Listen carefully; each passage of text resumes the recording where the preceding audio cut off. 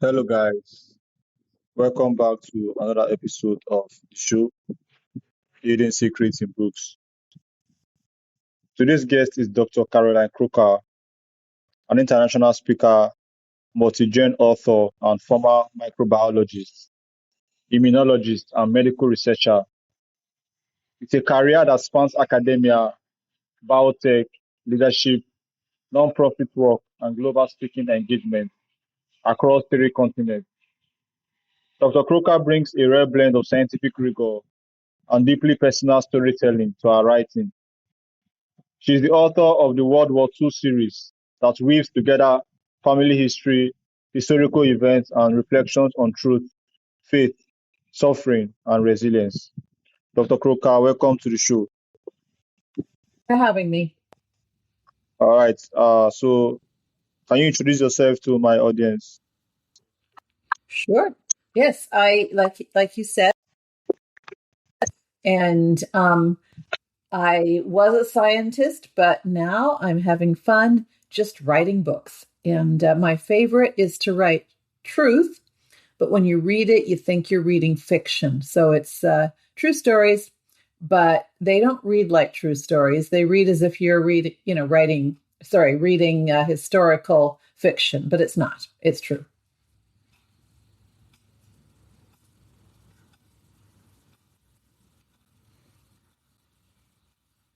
Thank you very much, Dr. Croker. So let's get into the interview proper.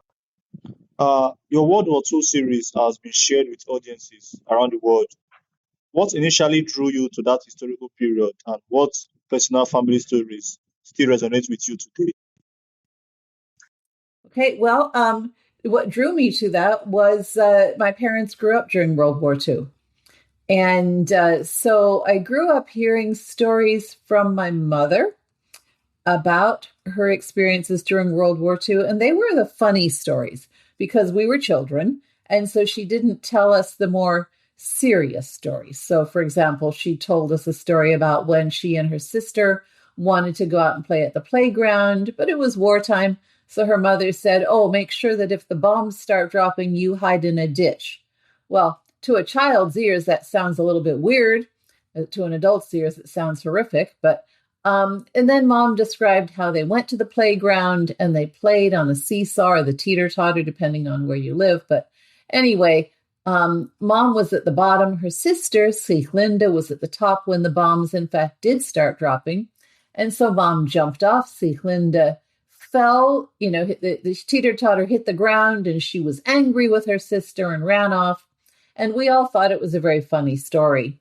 Of course, when I grew up, then mom told me the rest of the story, and it wasn't so funny because she told me about how she hid in a ditch and she could hear where the Allies were bombing a building that contained papers that the Allies thought the Germans should not get hold of.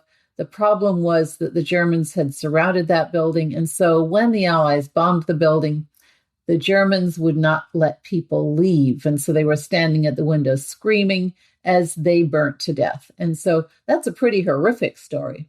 But, it was just basically hearing those stories growing up. And then when I became an adult, I remember my father, for the first time ever, speaking about World War II. We had just visited the Holocaust Museum, and we sat down on the steps outside the museum. And there, Dad said to me, "This is what happened during the war." And he told me about how he and his brother were living in a children's home, and all the children were called into a room in the home, and there was a big table on the other side of the room behind which sat officials, and they were basically German soldiers. And the officials sorted the children out. You go to this side of the room, you go to the other side of the room.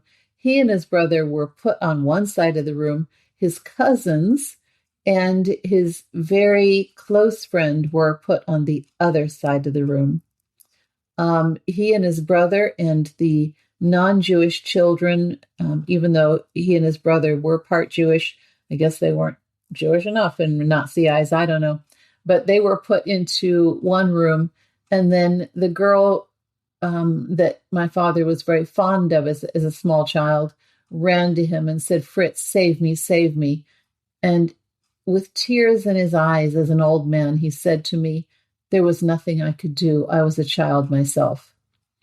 And the nurses who were in charge of the home pulled the girl out of the room, out of my father's arms, and those 17 children, including my dad's cousins, were all taken away in a cart and put on a train and ended up in Auschwitz, where they were all murdered. And it was the first time Dad ever talked about it. He was in his 60s. And after that, every time I saw him, every day, he talked about Keitje, who was the girl who asked him to save him. And so that made me want to write his story as well. And so I did. I wrote both my mom and my dad's stories based on actual conversations, on literature, on letters I found, all sorts of information that made me confident that what I wrote was absolutely true. Thank you very much, Dr. Crocker. So your book explores how different individuals respond to intense suffering during the war. What do you think modern readers can learn from those coping responses? Well, both of the books have different coping responses. So the first book is called Brave Face, and that is the story of my mother. So in Brave Face, at the end of the war, the last year of the war, there was no food. And so the people starved. 20,000 people dropped dead of starvation.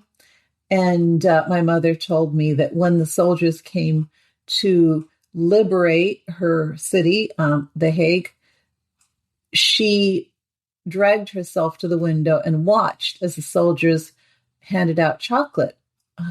She'd had no food for a year. She'd been eating tulip bulbs and tree bark and grass. And I said, "Mom, why didn't you go down?" She said, "Well, I couldn't. I was dead." And that was a shock to me. She said, "When you are that hungry, you think you're dead." Well, the war ended gradually. There was a little bit more food. 2 years after the end of the war, the Dutch government went from school to school to see which child would live if they were given extra food and which child was not worth feeding because they were so skinny, even 2 years after the war, that they were going to die anyway. And it just wasn't worth feeding them. And it sounds really cruel, but if you only have limited resources, what choice do you have? So they looked at my mother and they said, "She's going to die. It's not worth giving her extra food." Well, Mom is a feisty woman. She was a feisty child. She is still the same. She's 91 now. But she did not like that idea of not getting extra food. So she blew her cheeks up to show how fat she was. And she displayed the kind of resilience that actually results in survival. She was determined.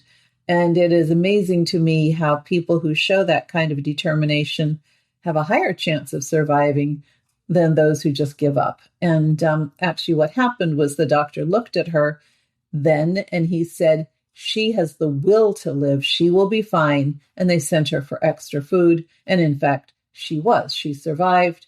And she is now 91. She lives with me and she has a stash of food in her closet in her bedroom. And I can't blame her because, she had no food and that really had a psychological impact on her. But, I think it's her resilience that enabled her to survive.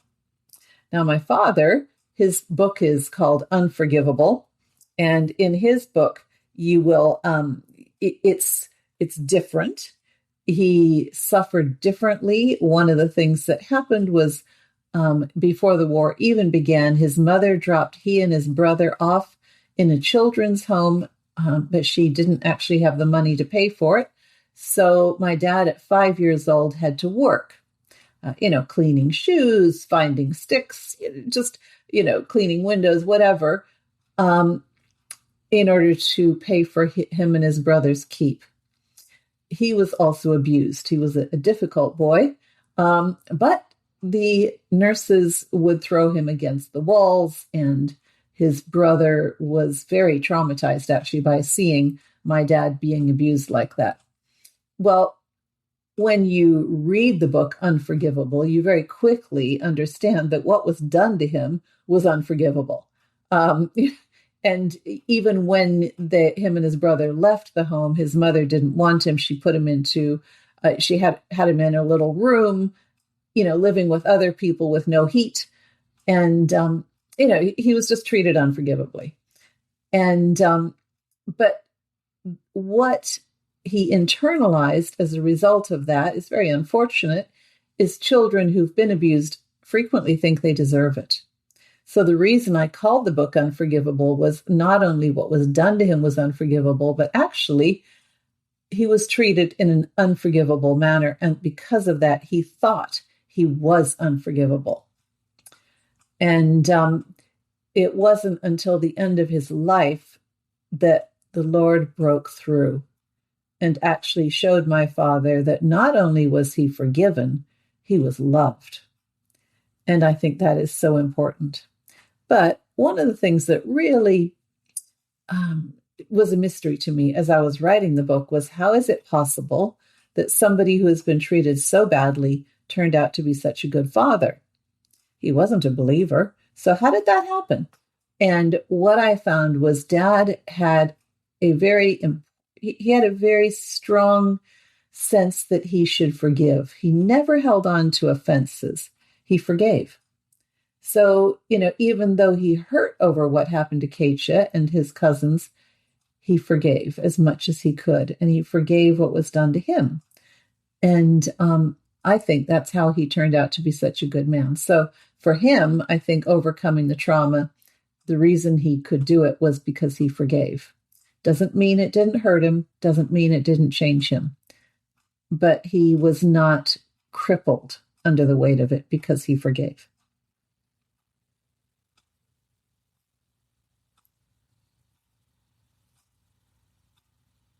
Thank you very much, Dr. Crocker. You have described instances of miracles in your work. Which of those moments brings the most joy and which had the deepest impact on you personally? There was there were actually two miracles that I really enjoyed. One is, I don't know if you would call it a miracle, but it's kind of miraculous, and that is the story of when the very first day of the war in Braveface, the Nazis were dropping bombs on the village where my mother lived in Scheveningen. And one of those bombs fell on her mother's best friend's home. This lady's name was Rita. So a bomb fell on Rita's home and it killed her newborn son. Rita and her daughter, who was my mother's age, 5 years old, went to her best friend's house, my mother's house. And the baby was all wrapped in a blanket. And she wouldn't let anybody take him away for 3 days because she was so grief-stricken over the death of her baby. Very sad story. Well, roll on to the last year of the war when my grandmother was pregnant, my mother's mother, and she gave birth to a baby 2 months early. Well, this was the hunger winter. There was no food, and my grandmother had no milk for the baby. The doctor or the hospital gave her coupons for formula, but there was no formula in the stores. There was nothing. So she took her baby home and gave him water because there was no food. There was nothing she could give her newborn baby. Well, Rita came to see her friend's baby.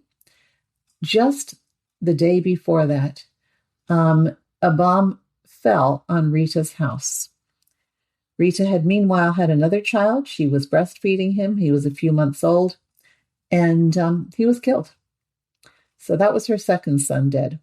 Well, this woman came to her friend's house to see her newborn baby, and as she came up the stairs, she heard the newborn baby crying. She came in, she opened her blouse, she took the baby, and she fed him. And after that, every day she came and she fed her friend's baby. And that to me is a miracle because she had lost two newborn sons herself, or two babies herself, and she was willing to feed her friend's baby.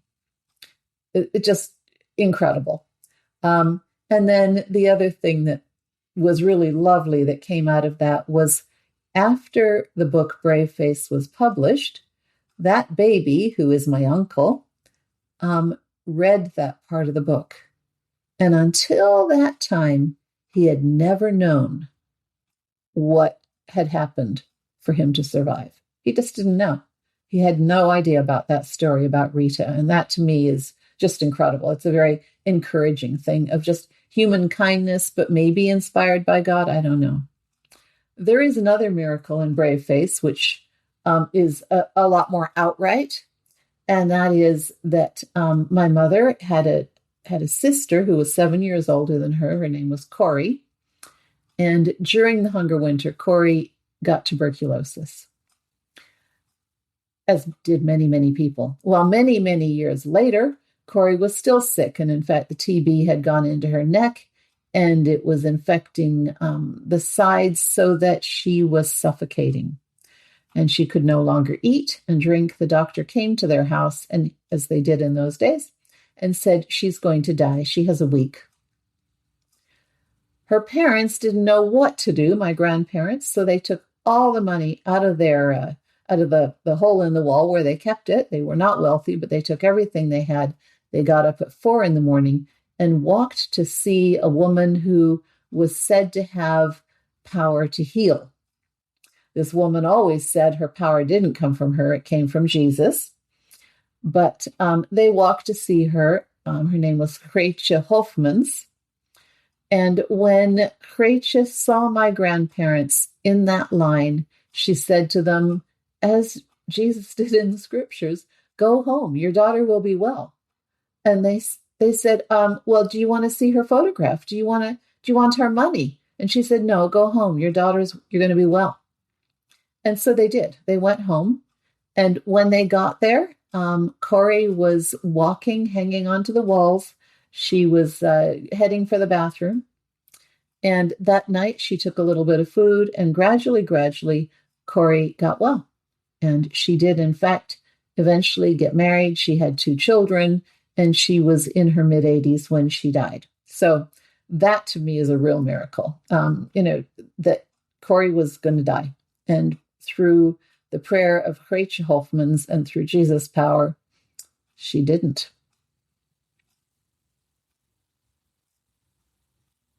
Thank you very much, Dr. Crocker. Dr. Crocker,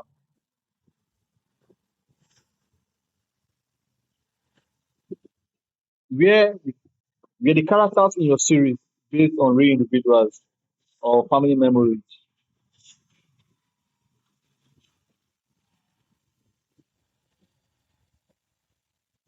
I'm sorry, I didn't understand that question.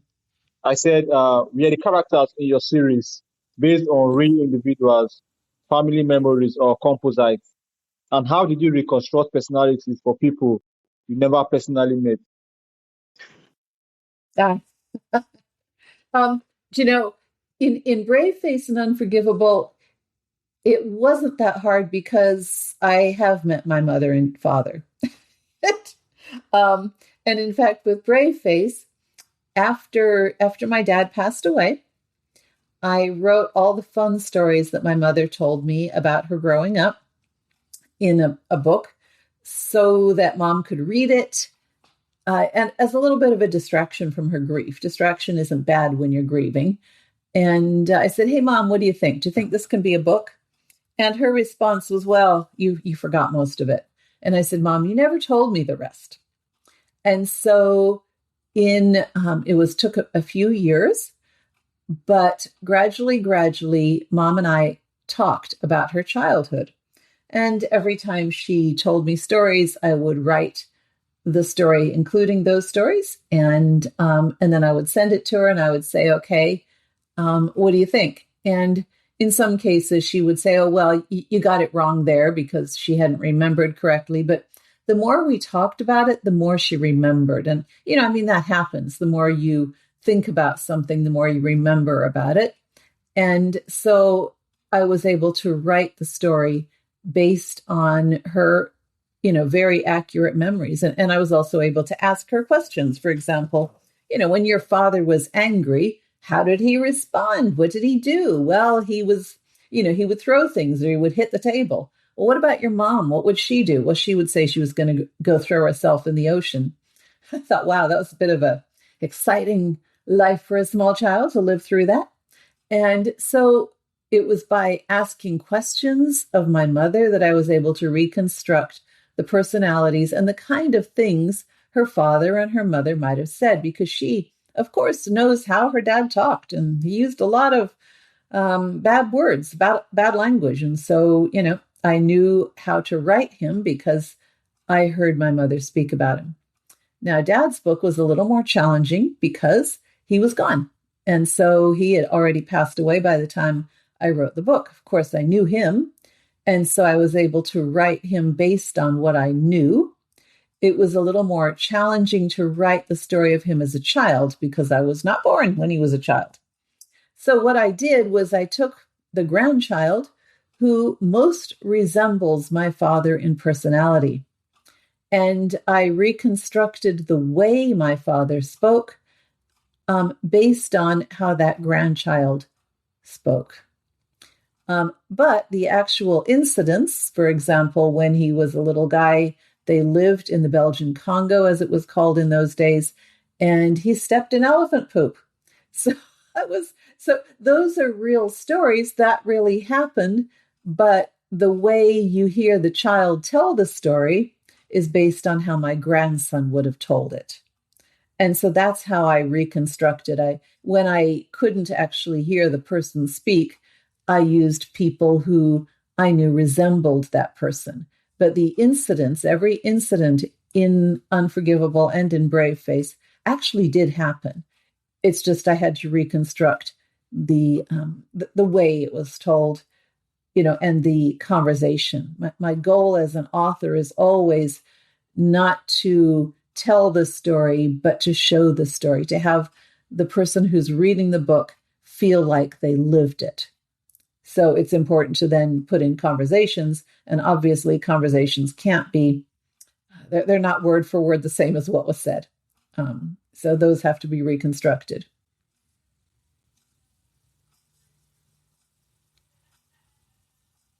Thank you very much, Dr. Crocker. So, where can my audience connect with you and learn more about your book? Well, all my books can be found at my website, and my website is called ramblingruminations.com. And so it is https:// obviously, and then rambling, RAMBLING, ruminations, RUMINATIONS.com. And that's where you'll find all my books. You'll find my blog. You'll find descriptions of the books. You'll find, my scientific background. Everything is at that one website. So that's where you go, ramblingruminations.com. Thank you very much, Dr. Crocker. Today with Dr. Caroline Crocker, we explored history, memory, science, and the deeply human stories behind World War II. Our work reminds us that even in the darkest chapters of history, there are stories of resilience, meaning, and hope that continue to speak to us today. So until next time again, see you guys on Hidden Secrets Books. Thank you, Caroline. Bye, guys. Thank you for having me.